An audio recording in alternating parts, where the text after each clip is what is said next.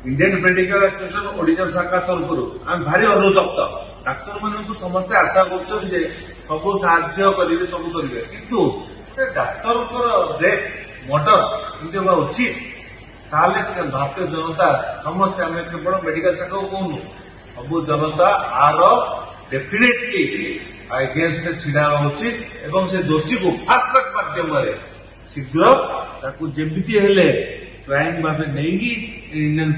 Penal code अनुसार fast track अदालत में शास्ति देवा उचित। आजिकल मेडिकल कॉलेज रे डाक्तरी छात्री को जो भाई भाव में मर्मन्तुद भाव में बलात्कार और हत्या करा जायछि तार प्रतिवाद रे समग्र भारत वर्ष रे जो भारतीय मेडिकल एसोसिएशन तरफ केते गुड़िए दाबी पत्र उपस्थापना कराई ताधर मुख्य रही जेते सबू आमर हॉस्पिटल गुड़िक रही सेगुड़ी संपूर्ण भाव सेफ जोन बा निरापद जोन करने सरकार उपयुक्त सिक्यूरीटी जोगांतु जहाँफल कि परवर्ती समय यही घटनार केबे भी पुनरावृत्ति न हब एवं जो मैंने यही प्रकार कार्य सामिल अच्छा से दृष्टांतमूलक दंड दि जाऊ एवं समग्र लोक मैंने या द्वारा सचेतन हो पारे। मैंने सब जानी ये जो दुखद घटना गोटे वेस्ट बेंगल आर्थिकल मेडिकल कॉलेज रे द्वितीय वर्षीय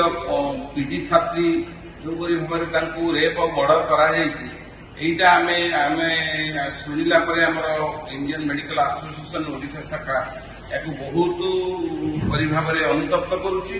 आउ दृढ़ भाव में निंदा करमती घटना